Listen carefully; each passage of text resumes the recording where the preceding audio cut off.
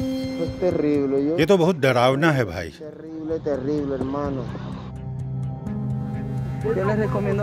इस रास्ते से मत आना, यहाँ बहुत सारी लाशें पड़ी हैं। वहाँ बंदूकधारी लोग थे जिन्होंने हमें लूटा और अपहरण कर लिया।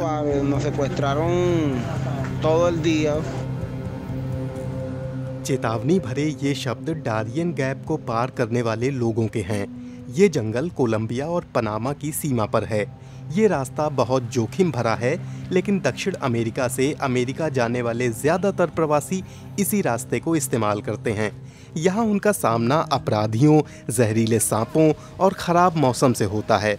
फिर भी हज़ारों लोग अपनी बेहतर ज़िंदगी की तलाश में इस रास्ते को चुनते हैं। ये वॉइस मैसेज हम्बर्टो क्रूज को भेजे गए थे। डारियन जंगल जाने वाले हर शख्स को कोलंबिया के नेकोली टाउन में पड़ने वाली उनकी छोटी सी दुकान से गुजरना होता है। बहुत से लोगों को लगता है कि अमेरिका बहुत महान है।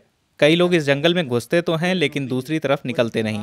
बच्चे भूख और प्यास से मारे जाते हैं। अपने इस ख्वाब के लिए वो बहुत बड़ी कीमत चुकाते हैं।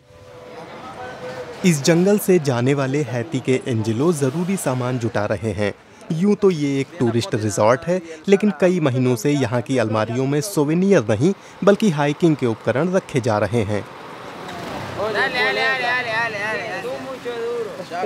कीमत बहुत ज़्यादा है, बहुत ज़्यादा है।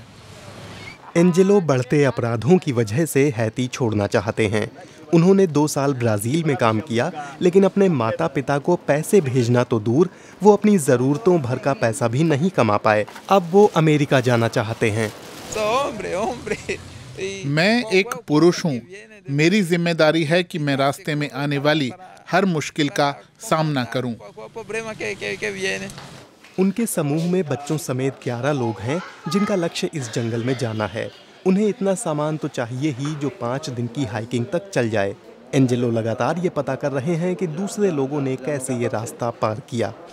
हमें पता है कि जंगल में बहुत सारे लुटेरे हैं। आपकी जेब में हमेशा कुछ न कुछ होना चाहिए।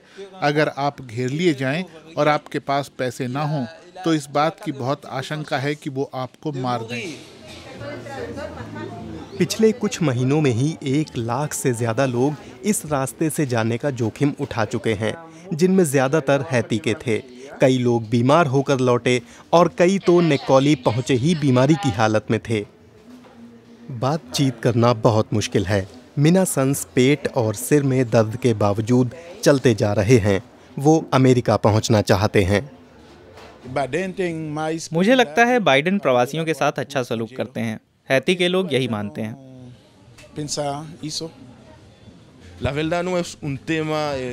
बात ये नहीं है कि जो बाइडेन प्रवासियों के साथ क्या करते हैं।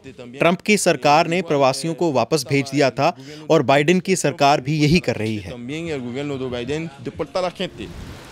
भोर होते ही एंजेलो समेत 100 से ज़्यादा लोग जेट्टी की तरफ जाते हैं। सभी तनाव में हैं, कोई बात नहीं करना चाहता। डारियन गैप तक पहुंचने के लिए पानी का ये रास्ता ही इकलौता जरिया है। फिर बॉर्डर पुलिस आ जाती है। जिसके पास पासपोर्ट है उसे ही नाव पर रहने दिया जाएगा। इस ट्रिप की कीमत $50 है। ये लोग पर्यटकों से 2 गुना चुकाते हैं। ये बड़ा फ़ायदे का धंधा है। स्थानीय तस्कर अब तक प्रवासियों से करीब $50 लाख कमा चुके हैं। नाव पर एंजेलो और उनकी पत्नी कभी अवैध प्रवासी नहीं बनना चाहते थे। वो दुआ करते हैं कि अमेरिका की अप्रवासी नीति और आसान होती। अगर मेरे पास अमेरिका या मेक्सिको का वीज़ा होता तो मैं कभी अपनी जान खतरे में डालकर इन देशों से होते हुए यात्रा नहीं करता। जिस इलाके में वो दाखिल हो रहे हैं वहाँ कोई कानून नहीं है। यहाँ ड्रग्स की तस्करी करने वाले अर्धसैनिक बलों की मनमानी चलती है। मानव तस्करी करने वाला एक शख्स गुमनामी की शर्त पर बताता है कि $100 के बदले प्रवासियों को पनामा की सीमा से पहले बने आखिरी कैंप तक ले जाया जाता है। यहाँ से पनामा के बीच तुम्हें कोई खतरा नहीं है, क्योंकि हम तुम्हारी रक्षा कर रहे हैं। उसके बाद तुम खुद जिम्मेदार हो। डारियन में बहुत कुछ बुरा हो सकता है, अपहरण, बलात्कार। मुझे यहाँ तक के रास्ते में 2 लाशें देखने को मिली, एक बच्चा और उसके पास एक और लाश। मुझे सांप से डर लगता है। मैंने एक बार एक सांप पर पैर रख दिया था। एक बार जब मैं पेड़ पर बैठा था तब मैंने सांप देखा था। मुझे बच्चों के लिए बुरा लगता है। मेरी भी एक बेटी है, इसलिए मैं महसूस कर सकता हूँ। कैंप से 3 घंटे दूर एंजेलो अब भी तट पर हैं। उनके समूह के कुछ लोग पीछे रह गए हैं और एंजेलो को बहुत चिंता हो रही है। उन्हें कैंप तक की यात्रा के लिए मानव तस्करों के साथ मोल भाव करना होगा।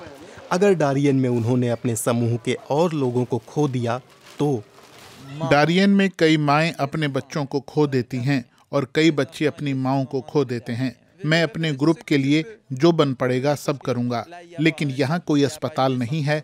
ज़रूरत पड़ने पर मैं किसी घायल को कंधे पर लाद कर पास के घर भी ले जाता। इसके बाद हमने एंजेलो को नहीं देखा। अंधेरा हो रहा है और प्रवासी अब भी कैंप की ओर बढ़ रहे हैं। अमेरिका में अच्छी जिंदगी मिलना तो दूर की बात है। इस बात की ही बहुत आशंका है कि इनमें से कई प्रवासी डारियन गैप से ही जिंदा नहीं निकल पाएंगे।